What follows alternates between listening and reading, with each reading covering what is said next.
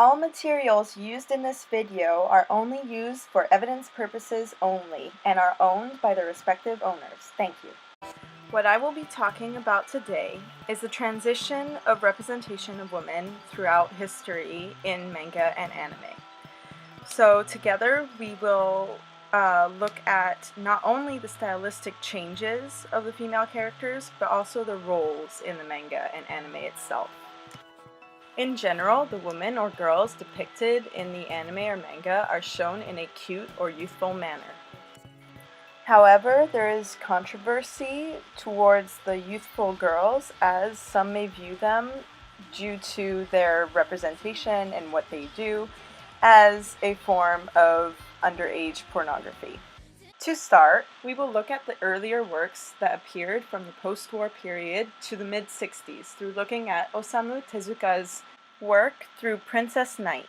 Through looking at Osamu's style, we can see characteristics such as the rounded head and big eyes that have become a kind of criteria for this time period. As Mark McWilliam states, while talking about Osamu's work, a lot of the characteristics and motifs are from the Western influences. We can see this through the Western-like fairy tale setting, the Disney-like character. However, there is also a Japanese element, which is the side of takarazuka, which is this idea of a woman cross-dressing.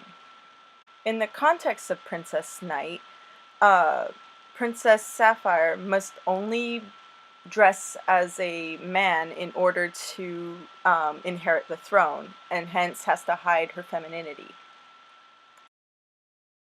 Now let's move towards the 70s to early 2000s.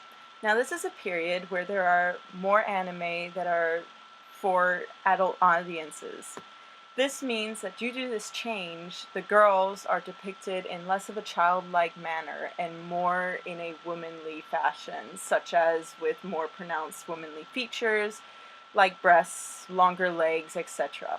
This also means that there's still this Western influence of having like the colored hair and the big eyes, as well as like the longer legs.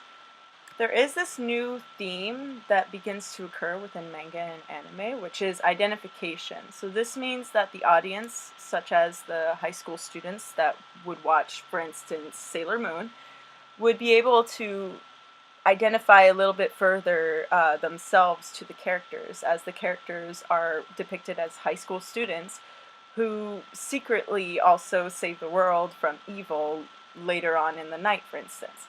So this kind of sameness that we start to get becomes more prevalent later on.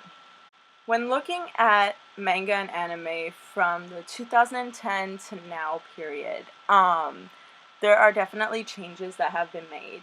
For instance, there's this separation between the fantasy-like settings and the everyday slice-of-life settings. So you can still have within a fantasy setting the magical characters that go into a magical world, that sort of theme. And then you can have the everyday settings where it's 100% normal people, slice of life settings where they feel exactly the same emotions, similar situations that happen, etc. Then there's also the physical aspect of how women are depicted now.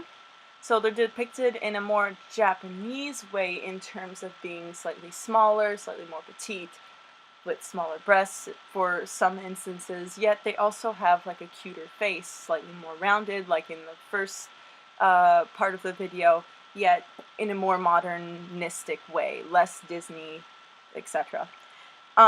In terms of like their psychology, this is also a big change, as there's more darker themes, the psychological aspects are way more pronounced.